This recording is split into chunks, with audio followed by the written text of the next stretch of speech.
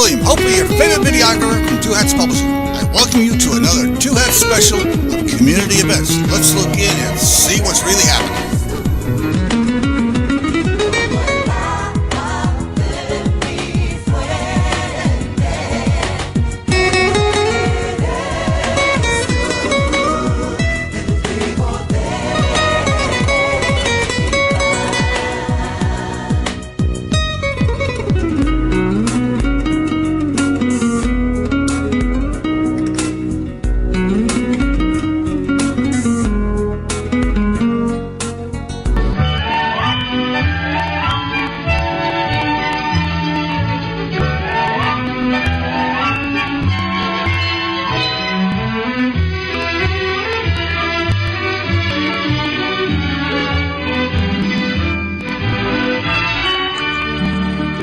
Good afternoon and welcome to Lambda Weekly. I'm Dave Taffet here in the studio with Lerone Landis and the late Patti Fink. And we don't have a guest today. We have Josh in the studio with us, helping us put this all together. This is going to be a good show. It always is. I put it out on Facebook, what would you like us to talk about? And one friend said, well, I really wish I could listen. And so I said, well, if you're not in the area, you could listen on knon.org. And he said, no, David, I'm deaf. And I said, oh, right, David, I'm an idiot. So I'm thinking, we're off to a good start. Well, we got a lot to talk about. Yeah. I mean, there are a lot of things we haven't covered because, we've had guests on the show and stuff. But this week has just been chock full. Yeah. Erin kind of laughs at me because I always say, let's watch this movie. It's chock full of stars. And she says, that doesn't mean it's a good movie. So where do you want to... It's chock full of news this week. Do you want to start with Baton Rouge because that's the latest news today? Yeah, and what's unfortunate, this is the third show we've had to start with really awful news. Mm-hmm. Yeah. Like that weekend it happened. So this happened just this morning about 9 a.m. 3 police officers are dead, 7 are wounded, 2 suspects are still at large. I just checked before we came into the studio. One is either dead or in custody. There were 3. Okay. One of the suspects? Yeah. Oh, okay. Now, Baton Rouge is the city where the first of the 2 shootings took place that has prompted the latest round of Black Lives Matter's protest demonstrations. Mm-hmm. I'm not justifying it by that, killing more people by that, but there's a lot of anger in that city, I would think. Right.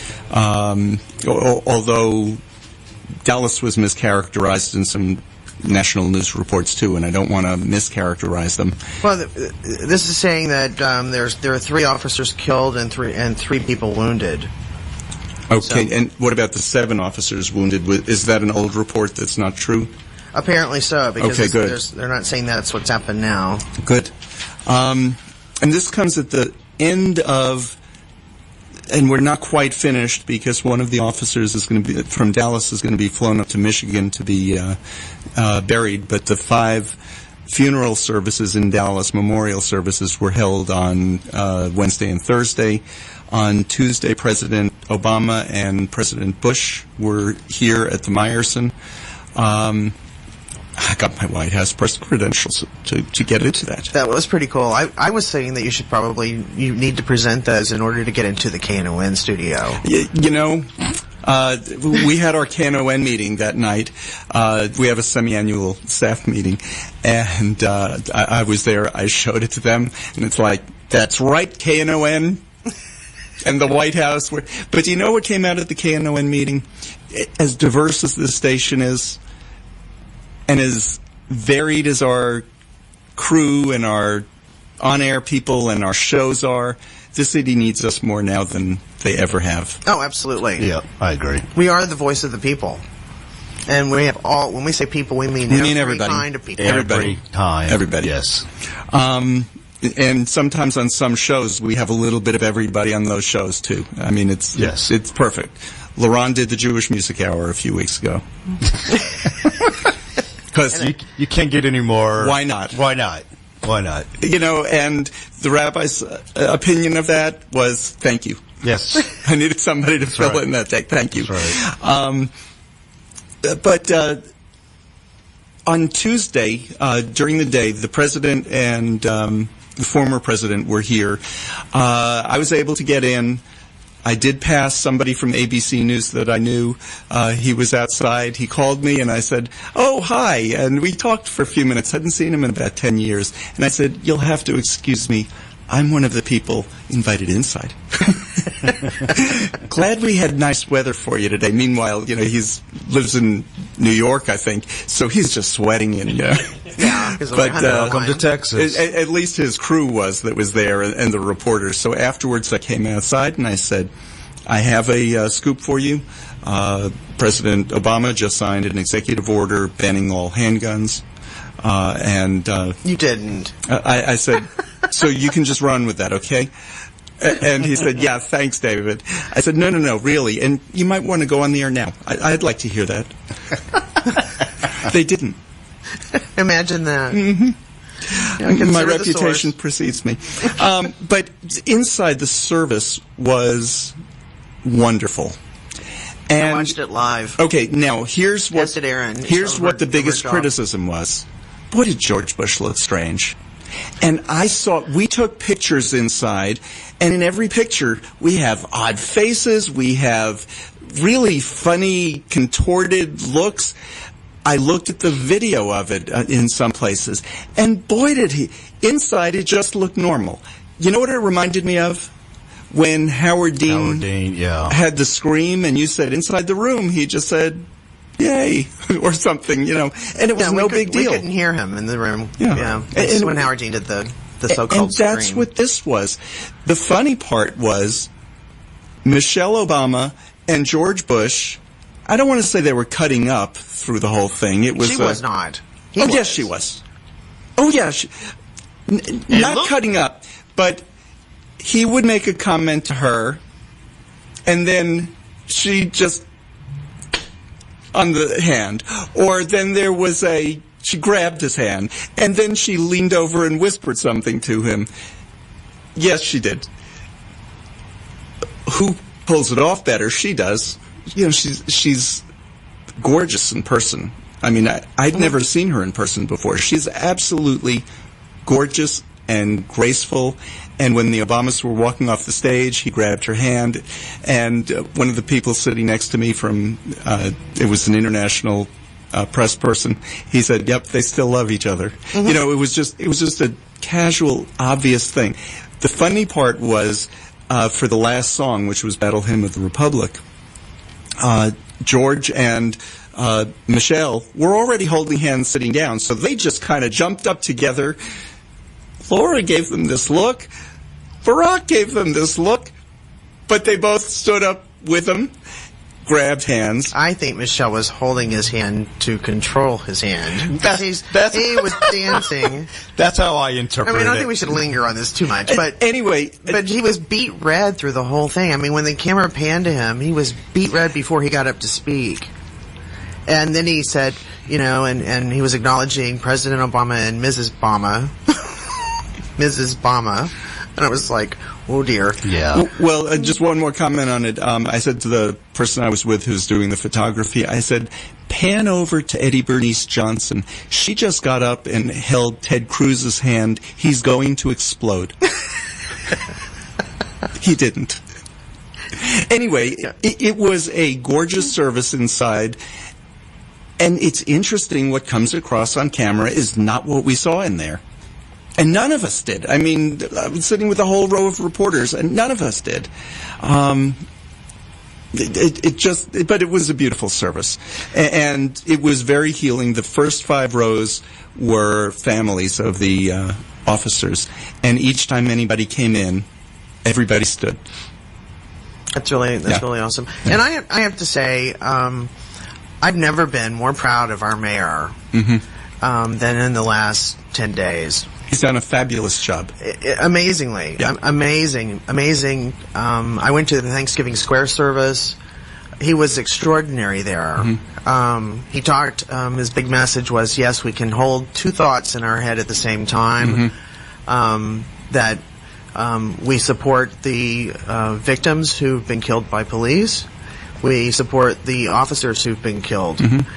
we can have those two thoughts at the same time without one. It has to be one or the other. It doesn't have to be that. We can have both. And this is a guy, I remember, that my organization, the Dallas Gay and Lesbian Alliance PAC, had given a warning on because he would put business interests above civil rights in his first election. And then we did endorse him in the second election. And we've been struggling with him. He had lots of trouble in the LGBT community because he wouldn't sign that marriage equality thing. But I tell you what, he has really come around and gotten the whole issue that this isn't about business. This is about a city of people.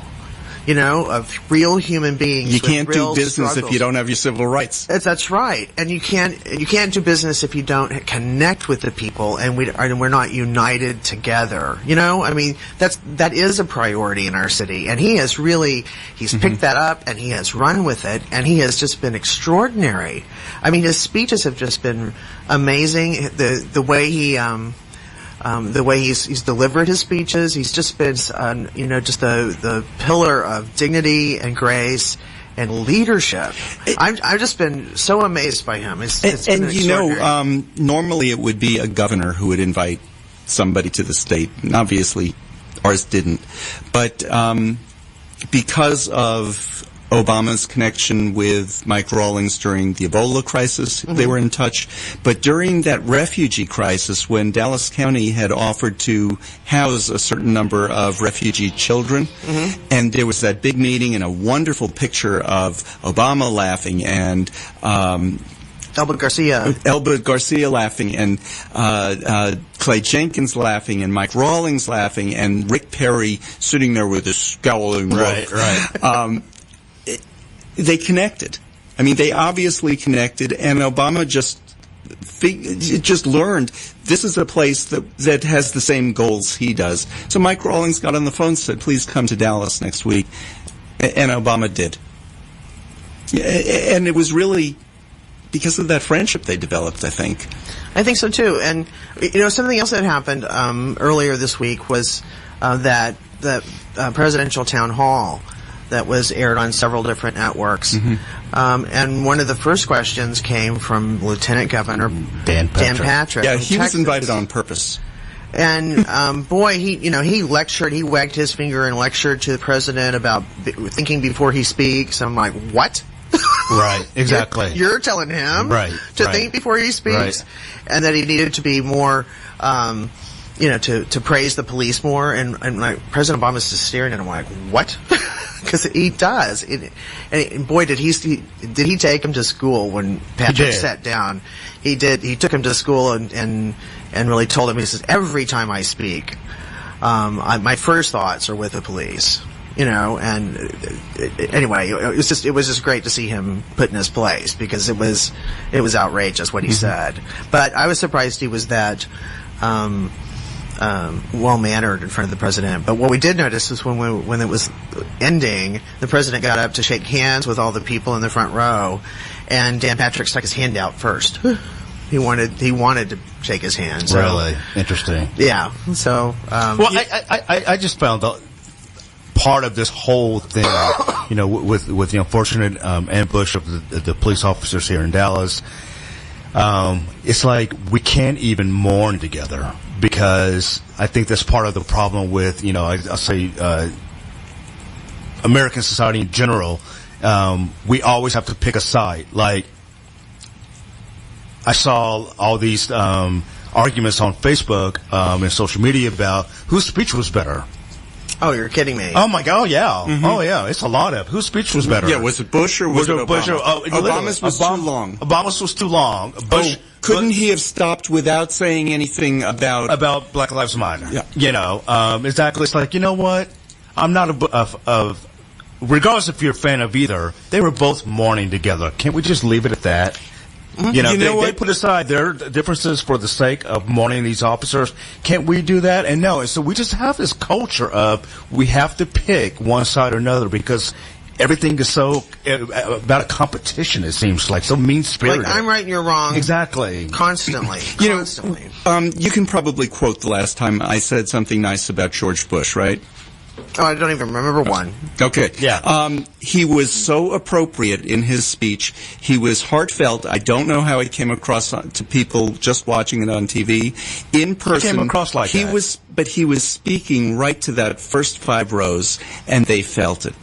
Oh, Obama. his speech when he got up to speak, I thought, in just watching it on TV, that it was an extraordinary speech. Mm-hmm. If you listen to some of the lines in it, they're really good. They Where really was were. that guy for 8 years? That's what I thought. That's exactly what I thought. Where was this? Where were you? Where was that guy? Where was this guy turning when you were on the... He was great. Yeah.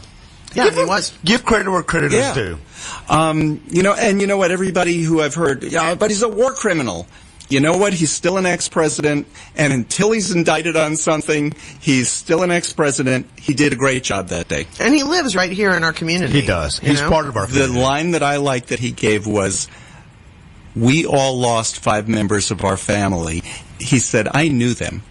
They've protected me." So, and when he was saying that, he looked, your family, your family, your family, your family, and your family member that died protected me. I'm talking personally. I knew them. And even if they were just on one detail, 4 years ago, he doesn't mean it literally, but he does mean it. I mean, he meant that very sincerely. Oh, yeah. And then Obama's speech, how would you describe, Patti, how it came across on TV? What was his feeling for the day? I think he was mournful. I saw and felt a lot of sorrow from him that this was happening, and this had happened.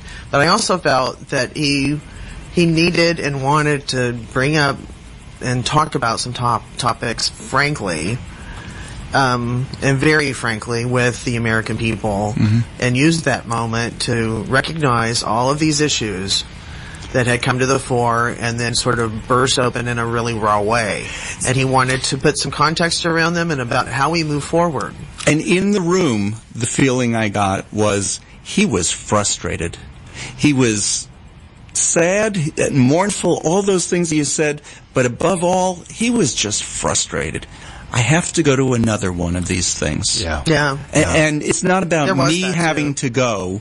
It's a matter, because... we keep doing this to ourselves. Yeah, Mike Rawlings invited him.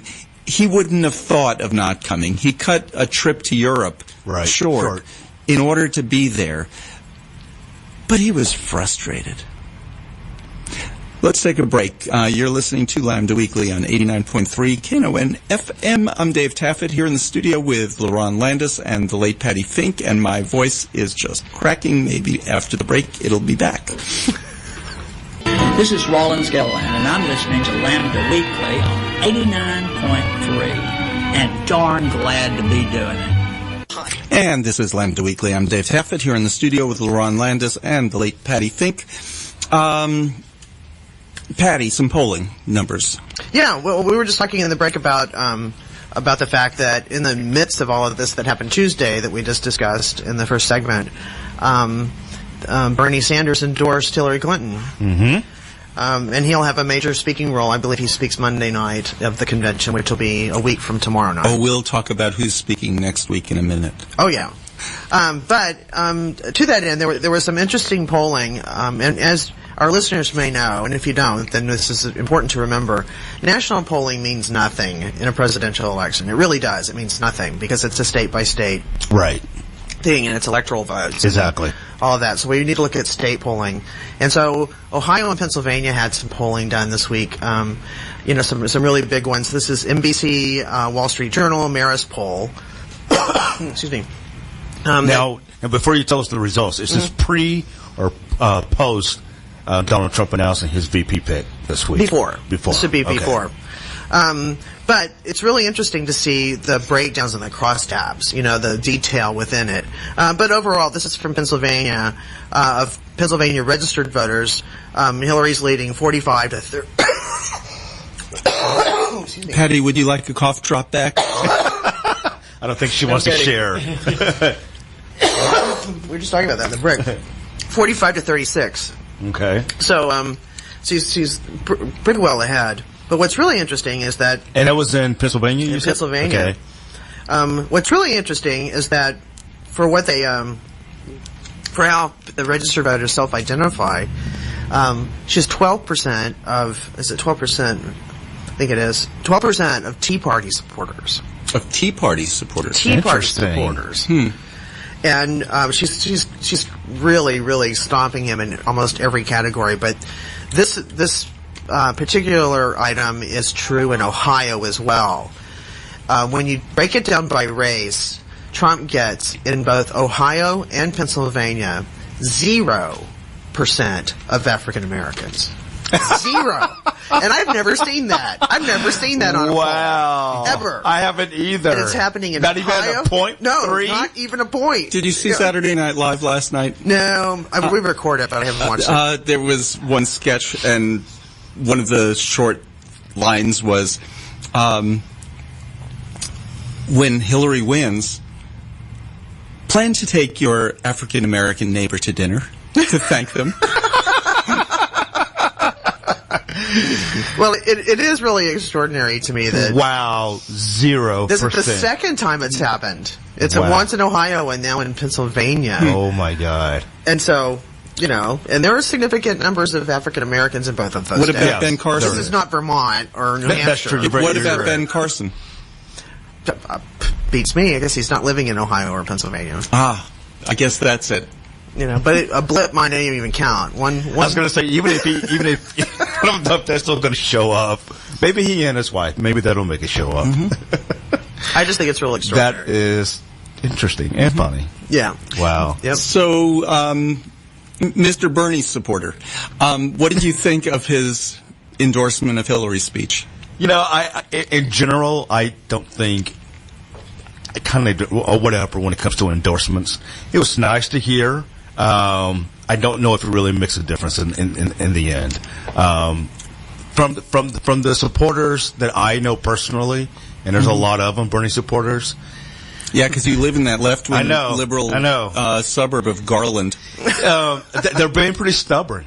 They've been pretty stubborn. Now, that's what I said. You live in Garland. Yeah. Now, is that nationwide? I don't know. But actually, one nationwide poll I saw said 85% of Bernie supporters were planning on voting for Hillary. And that was before the endorsement. Yeah. Yeah. That's good. That's good. But no, I thought his endorsement was great. As far as, what he said. I heard it. What do you think of his candidacy? I loved it. So I voted for him. Do you think it made Hillary a better candidate? Of course, I thought it brought up some issues that have always been near and dear to his heart. Not saying that they're not near and dear to her heart, but there are issues that she probably wouldn't have focused on as much. See, what I think it did was those would have been really dull debates if she was debating herself. It would have been, and I always think it's good to have another candidate in a race. Especially something as pivotal as the presidential election. I agree. To keep her on her toes and make her a better candidate, because she's going to have to be on her toes, literally, for months and months and months, rather than, if you aren't challenged and you're not, held accountable for what you're campaigning on. Through all those months, it would have been a waste, and she would be not prepared to take on a Republican. And what I really liked about, I guess those two going head to head, it never really got so nasty that it gave the GOP more red meat against Hillary. There were a few days I think there were. I did. I think over a few days. But I don't think it got that bad. When Trump is quoting Bernie Sanders on a pretty daily basis. And I would say to the end, toward the end of from June 8th, on June 15th, certainly onward. I thought the fight between she and Obama was much nastier. I thought it was too. And did you know? I didn't realize this, but when Obama and Clinton ran in 2008, both of them had 48% of the vote, the popular vote. And they were within 100,000 votes of each other. I mean, that was one of the closest nomination fights in the history of the presidency of the United States. Wow. I didn't know it was that close. Yeah. Obama. Okay. Just call me Bush. Right. So Obama was was very close in number of votes, but he was way ahead in number of delegates. Because he had super delegates flipped over to him, yeah. Right. Well, and also he had won states. Yes. You might have the same number of votes, but it doesn't matter how big a lead you have in California. It's winner take all. Yeah, you either won it or you didn't win it. So. No. Right. I mean, and that was part of why she finally conceded when she did. Right, and a lot of people have been comparing the Bernie race against it, but it wasn't even the same. It wasn't even the same league. No. The run with Bernie was not even. No, I mean they even mapped it out. Even if you change the roles, even if you did it like the Republicans do it, she still comes out ahead. And if you take away superdelegates, she still wins. I mean, it was every they did it every permutation, and it's. I mean, me personally, it's like, you know what? Kudos, she won. My guy lost. Let's move on. Because that's what we do. That's what we do. Exactly. So Thursday, Donald Trump or somebody from his campaign leaked out that it was Mike Spence. There were 3 other really good candidates for vice president, like his daughter. Well, no, she was not a finalist apparently. That was the rumor circulating. And not around. not only wasn't she a finalist, she couldn't have been nominated. You cannot have a president and vice president from the same state, which is why when Bush nominated Cheney. Well, Cheney nominated himself. He was over the search committee. Well, that's true. When Cheney nominated Cheney, one thing he had to do, because he lived That's right. Yeah, he lived about 24 blocks away from George Bush. What he had to do was say, no, that's not my, I live in Wyoming. Right. But he had property there. I don't know that Ivanka has property elsewhere. I guess she could just take up residence in I don't think you can claim Trump yourself Taj to be Mahal. in a different state when you're in the Bahamas. You know, I just don't. That doesn't count. Right. So you're right. I didn't think about that. Yeah, so she couldn't have been. But Gingrich. Now, one reason that a lot of people wanted him is because between the two of them, a Trump-Gingrich campaign, there would have been 6 divorces or 6 wives.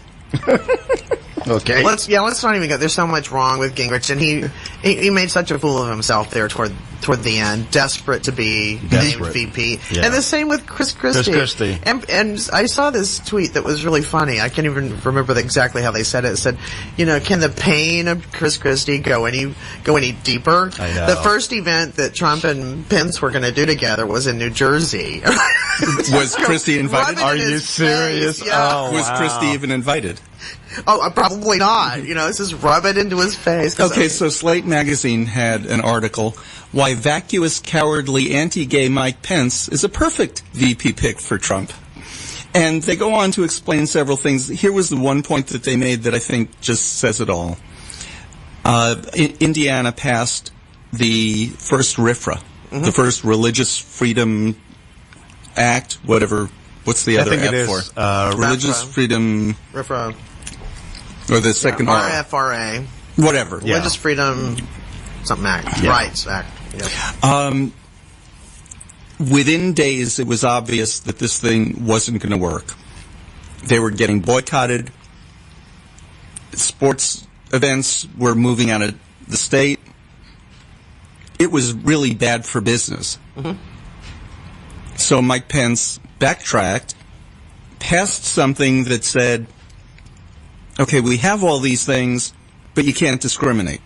Against LGBT people. Even though the law is designed to discriminate against LGBT people. Right. But you can't do that.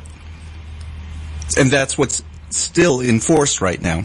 Right, so instead of this law against amending us, it, the new law that he got passed and signed actually gives us protections we didn't have before they forayed into this whole let's attack the LGBT people. But the other law still is still in existence. Right, but we have protections so that it doesn't affect us in that. So was that an executive order? No, that was the law. No, it was the law. Okay. That they passed the next day. So suddenly Indiana has what Texas doesn't have, because they went so far overreached into this law that to dial it back, they had to put in protections for LGBT people. Kind of like with Paxton in Texas, where he did the big overreach and he was going to be charged with contempt by a federal judge, and he said, okay, then we can solve the the second parent adoption issue, the birth certificates, all those things. Transgender name changes. Yeah, all that stuff. We won fixed because he went so far over the edge. So here's what Slate has to say. Initially, Pence doubled down, defending the bill in extremely confused terms. But when the backlash reached the boiling point, Pence agreed to fix the bill by adding a provision that explicitly prohibited it from legalizing anti-LGBT discrimination. All the while, Pence continued to paint himself as a victim of misguided and opportunistic rage, even though his willingness to revise the bill seemed to prove that its critics were right all along. Now, in retrospect, this self-made calamity was the perfect audition to become Trump's vice president. In signing the bill without, it seems, understanding exactly what it did, Pence demonstrated his willingness to sign onto his powerful allies' agenda without much critical thought. Mm-hmm. And that's exactly what this campaign is about. Yep, we're going to build a wall and Mexico is going to pay for it. Really? Yeah. Oh, yeah. And it's frightening that this could be happening. And I was talking to somebody yesterday. He said, "Yeah, so if there's a wall, I'll take the tunnel." You'll take the tunnel. Take the tunnel because there'll be lots of tunnels underneath the Rio Grande once. Well, I'll tell you what. He's really, really bad for women, and he has a long track record of being really, really bad for women. He wanted to completely ban abortion in the state and reproductive choice in the state of Indiana. Of course, he wasn't allowed to because federally, the United States Supreme Court through Roe v. Wade and some other decisions since have, secured that right as a constitutional right. Mm-hmm. So he signed the anti-LGBT law. He opposes any comprehensive immigration reform and birthright for children born of immigrants here. He slashed funding for higher education to pay for corporate tax cuts. He's one of those. And when he was in the leadership in the United States House of Representatives before he became governor, let's remember there was speculation too that he was going to become the Speaker of the House at one point. But then he took the governorship. Well, he was considered so unacceptable that they moved on to the next one. Exactly. They went through a whole list of people that no, that one's not acceptable. Exactly, and he was. Wanted to shut down the entire federal government in order to defund Planned Parenthood nationwide, and so that he's not good on women's issues or queer issues or fiscal or issues or business issues. He's just not good. And we saw the logo, which makes him the perfect running mate for Trump. Of course, by the way, of course. We saw the logo that came out, right? Mm-hmm. Oh, who didn't? Oh my God! And the parodying of it was just precious. I just loved it. Yeah. And he since changed it. It's a straight up Trump, Pence, and they got rid of the they have a newer logo, and they say they're going to be yet another logo that will come out this week at the convention.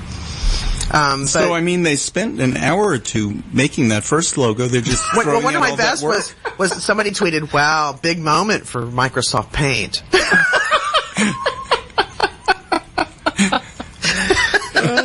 Because it was that poorly done. But I love, there was one where there's a photograph of Hillary Clinton squinting into a computer screen. Oh, yeah. And it says, "Wow, so Pence is a bottom." I saw that. Oh, God. Yeah. Twitter had a field day with that. Yeah. And if you go look at Connie Rosso, which we all call crack, Aaron and I do, and everyone we proselytize to, because their piece is so good, the 00 flower. But they have done a version of it on their Facebook page. So if you go by Connie Rosso's Facebook page, have a look at their profile picture. It's really good. Interesting. Well, the Republican convention is next week. This week. This starts week. tomorrow. Yeah, starts tomorrow. In Cleveland. In Cleveland, yes. Where he's betting zero with the African American community. Yeah. Yeah. And they've already dissed Ohio. The deal is if you're the host state, then you get the front seats right in front of the podium for all the speakers. Not so this cycle for them. Ohio's gotten bumped to another location. They're going to put California and somebody else right in front. I'm like, that's a big diss. California's not the swing state. Ohio is. Ohio is. And not and the they're host the whole state. Wow. And Cleveland gets such a bad reputation, but I love the guy who tweeted, he goes, I can think of 106 things better to do in Cleveland than to attend the Republican National Convention. You watch the river burning? Right. Oh, God. Well, we'll much. talk about the speakers at the convention after the break. We're going to take a break in just a minute. The lineup is absolutely amazing. And I'm not saying that in a good way. Amazingly bad. Like if you put them all on one night, you'd still have time left over? Yeah. I do want to mention one. The president of Ultimate Fighting Championship will be one of the speakers.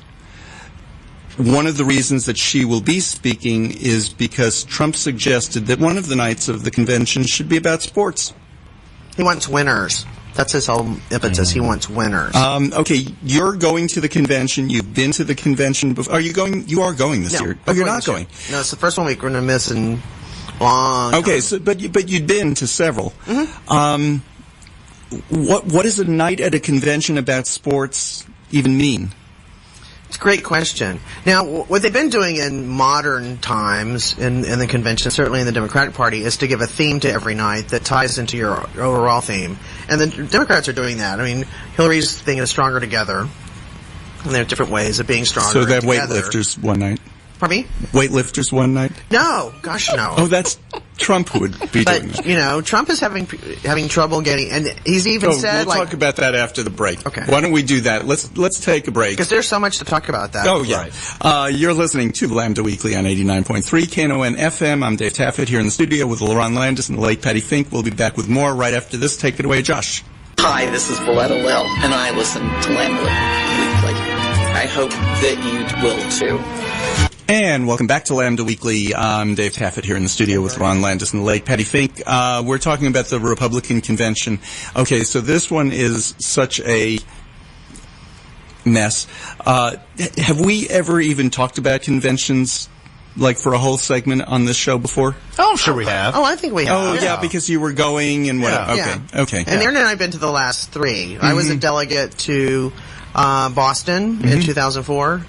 And then she was a delegate for Obama in 2008, which was very interesting because my good friend Jeff Strader, who's been a guest on the show, is a Hillary one, and he's going again as a Hillary one this cycle. But then Aaron was on the platform, was appointed to the platform committee by the Obama campaign in 2012. And so she was in that platform committee that put marriage equality into the Democratic Party platform. That's what we should talk about. The GOP platform. Oh my gosh. Oh my God. Okay, well, let's do that first, and then nationally. we'll. We may have to need. Let's do that first. The national convention, because it's coming up this week. The national one is the most anti-gay show, so the most anti-LGBT platform ever. And you're probably thinking, how could they have gotten any worse? They just did. But I thought they took the push for a federal amendment out. But the ones that I remember were they're only going to recognize and recommend that adoption be by one man and one woman. Natural born. Yes, that's right, of natural born. What does that mean? Like because my impression of the wording they gave that was that it shut out adopted kids, it shut out single moms, single dads, it shut out LGBT people. But what do you mean natural born? Gave birth to, right. And I assume, this is another thing about natural born.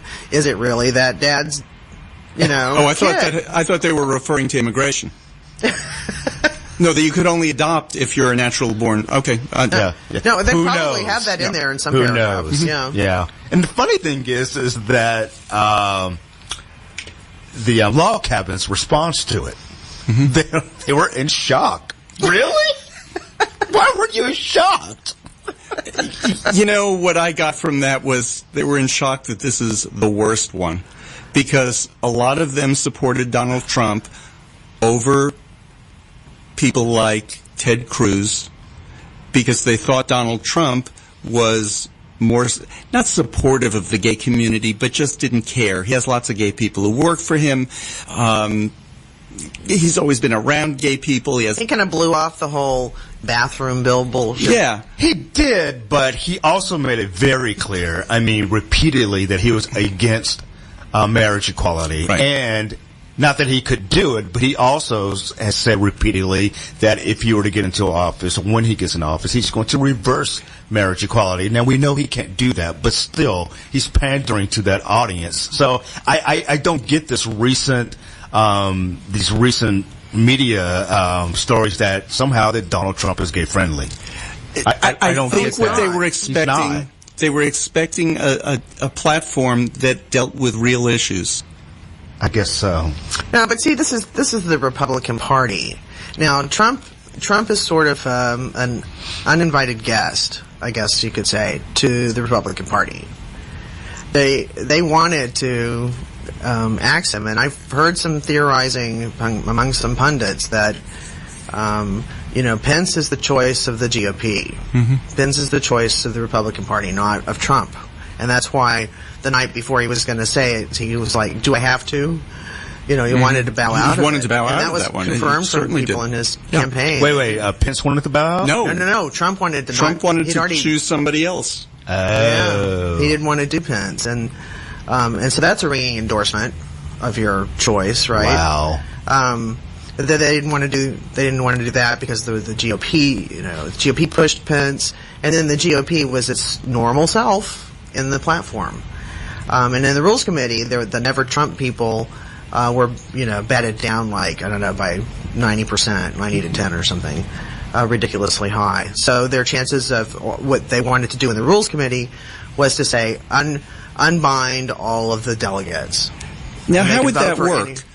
These are Trump delegates that are going, a majority of them. So I'm unbinding you.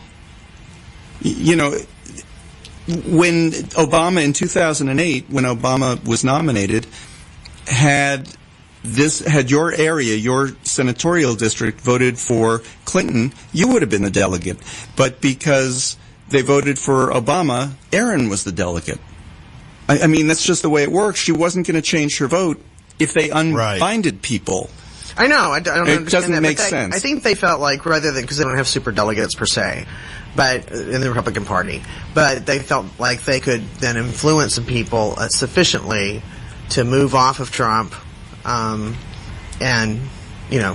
vote for somebody else. Who that person might be, who knows? But their big effort to, undo Trump as their nominee failed. Oh, I think they told us who that person would have been. I think they told us that it would have been Mike Pence. Pence. Yeah, I think pennies. I mean, that's one of the first things. That was one of the first things I tweeted was Trumpence a bag. Trumpence a bag. Because that's what it is. Let's talk about the speakers. What speakers? Yeah, Tim Tebow, they announced, was going to be a speaker. He's out. No, he did the whole video that said, I'm not speaking at the Republican National Committee. I mean, he pushed back on it big time. I was like, what are you saying? I'm not doing that. Really? Yeah. It was just pretty amazing. Wow. Okay, the person who was supposed to do the invocation was Rabbi Haskell Lookstein. The week started off pretty bad for Rabbi Lookstein because a rabbinical court in Israel took up the case of somebody that he had converted, was moving to Israel, and wanted full rights for citizenship. Mm-hmm. Because if you're Jewish, you can move to Israel and claim citizenship. The rabbinical court voted against Rabbi Lookstein, saying they couldn't confirm his credentials, and they called into question the hundreds of conversions that he has done, including Ivanka. Now, courts in Israel are liberal as can be. Rabbinical courts in Israel are run by the ultra-Orthodox. They ain't so liberal. And this is an Orthodox rabbi that they were doing this to. So then when it came out that Rabbi Lookstein was doing the invocation, of course Reform conservative rabbis were like, oh God. But it was the Orthodox rabbis who got together and said that this is a terrible way. You can't endorse this man. These are the Orthodox rabbis who generally vote Republican, or at least very conservative. But they probably mostly vote Republican because they're voting along with evangelicals in order to get evangelical money going to Israel. And I just realized, just saying that, I'm going to get a call probably from the ADL later today. But so he's out. Anyway, he's out. They're going into the convention $8 million in debt. Not the Trump campaign, the convention. In other words, the Democrats have been fundraising, corporations make donations. Most make a donation like in the $25,000 range. And they have hundreds of corporations that are the corporate sponsors. A few of them are in the $100,000, maybe $500,000 range. I don't even know if any of them are that high. But then they buy advertising for the convention. Advertising isn't selling that well. And they have $8 million in underwriting. I heard $6 million. Oh, is it down to 6? Yeah, it might be down to 6. And they went to Sheldon Adelson to just ask him outright for the money, and then they had to apologize for that because it was, I'm sure it's like, oh, we can't get all of our sponsors, Verizon, and they listed off all these companies that were normally going to sponsor, and they backed out and said not putting my name on that fiasco in Cleveland. And biggest one probably being Apple. Yep. And no way. And so then they went to him because he's loaded, right? And one of the biggest donors to the Republican Party. And then they had to apologize because I'd be offended too. Probably second biggest. The Koch brothers are probably the biggest donors. They've already said they're not supporting Trump. Really? Right. They're supporting senators and Congress people. They are not supporting Trump, though. Interesting. Okay, so let's go to some of the people who are speaking. Who's your favorite? I have a favorite. I have a favorite. Go. Calvin Klein model Antonio Sabato. Oh, wow. Seriously? Yeah, seriously. Okay. He's my favorite of their speakers. You just stabbed me in the heart. Did you? Oh, I was talking about how I have a huge... Well, you have a huge crush? Get over it. Yeah, okay. I've always. Now, you know how politics, they like Hollywood to get involved, and the last time it was Clint Eastwood who gave that absolutely Alzheimer's type speech. To the chair. to the chair. Okay, so here's Hollywood. In addition to Antonio Sabato, it's Kimberlyn Brown.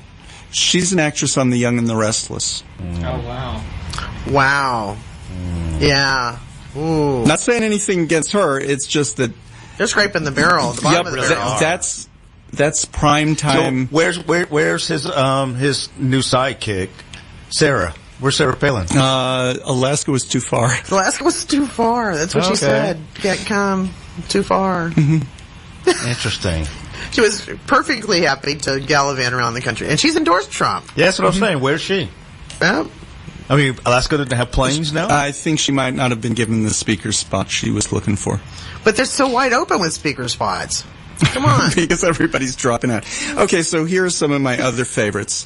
Two Benghazi attack survivors will be speaking. So that this convention can be Benghazi.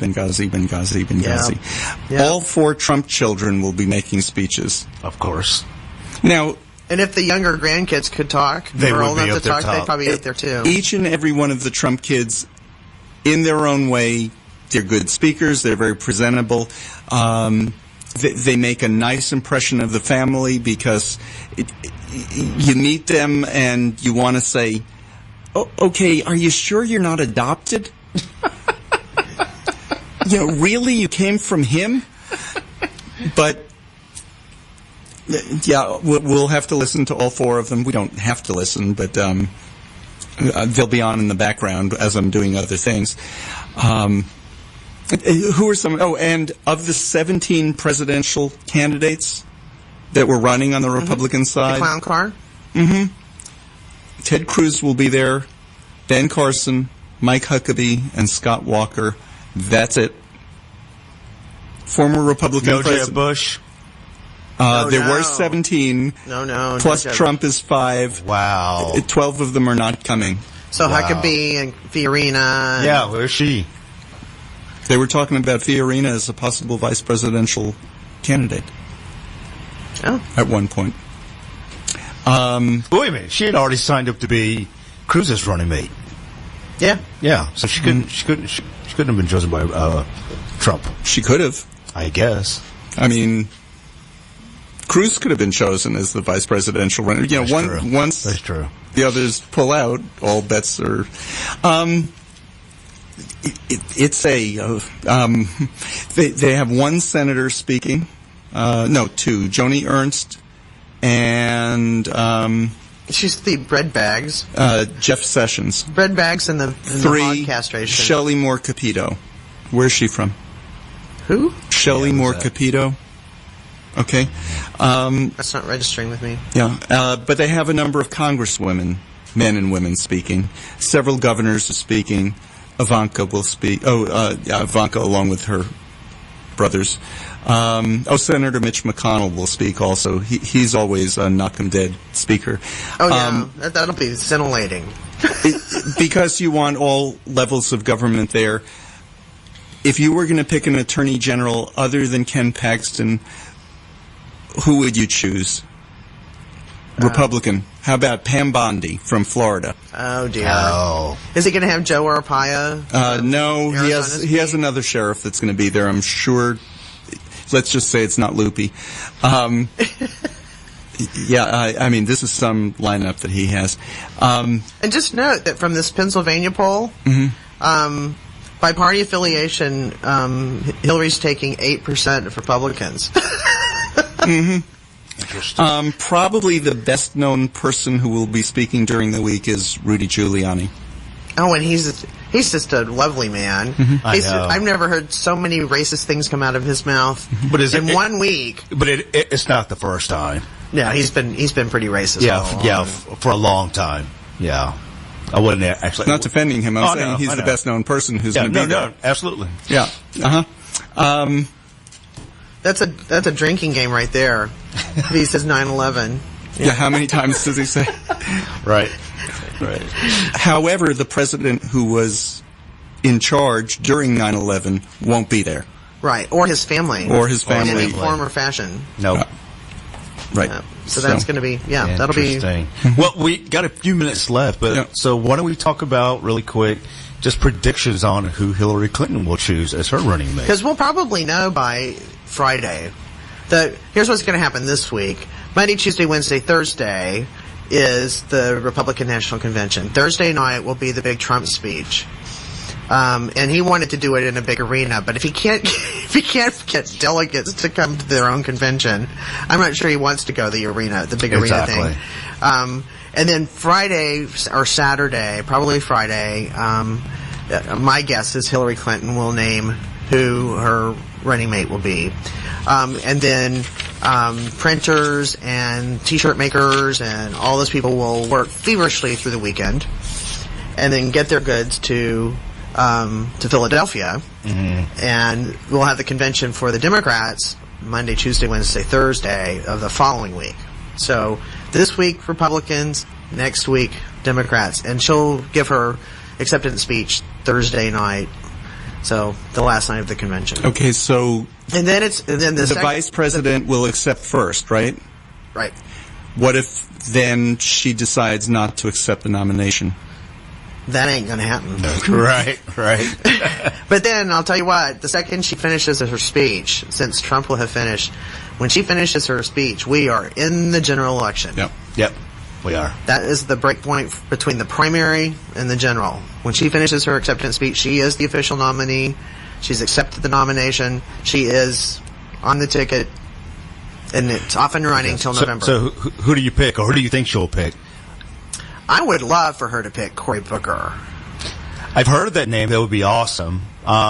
He's amazing. He is. He's just amazing. I got a feeling she might pick Kane from Virginia. I don't like Kane. I just don't like him. But they seem to rub elbows a lot. Yeah, but I just don't like it. He has. It took a while for him to come around on our issues, but he did. I don't think it's going to be Bernie at all. I don't think that's going to happen. And then secondly, I don't think she's going to choose Elizabeth Warren. Yeah. No, I don't think that's going to happen either. And even though he's not on the short list, my choice was San Antonio Mayor Julian Castro. Oh, you don't think he is on the short list? Not the list that I saw. Oh, okay. Yeah, and she even vetted a rear admiral from the Navy, a retired rear admiral, who I've not heard of either. Straviras, something like that. Mm-hmm. It's like a Greek name, who I've not heard of. I don't know anything about him. But I don't know. I don't know who she's going to pick. It's tough to say.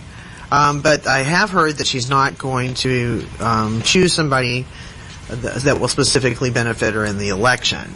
She wants to choose somebody she can work with and who would be competent to be president should anything happen to her. It needs to be both. Right. It needs to be both, but her first priority is... The thing about all three of them that we mentioned, I would think that she could get along great with Julian Castro. I think he would be a wonderful president. Tim Kaine, perfectly qualified. Cory Booker, again, certainly qualified. So, I get what you're saying, but I think she has some good choices there. And it'll be interesting to see who she does pick. Well, there are several Latino congressmen who are on her list. Becerra's one of those from California. Mm-hmm. And, I mean, we'll see. We'll find out before the next show. 8 years ago, we chose Sarah Palin before the convention, so let's see if we're right among us which one. Right. We'll be back next week with more Lambda Weekly. This is William, hopefully your favorite videographer from Two Hats Publishing. I hope you enjoyed this video. If you like it, please leave comments below, or like, follow, or subscribe to us and get notices of all our videos. We love it, even when you call.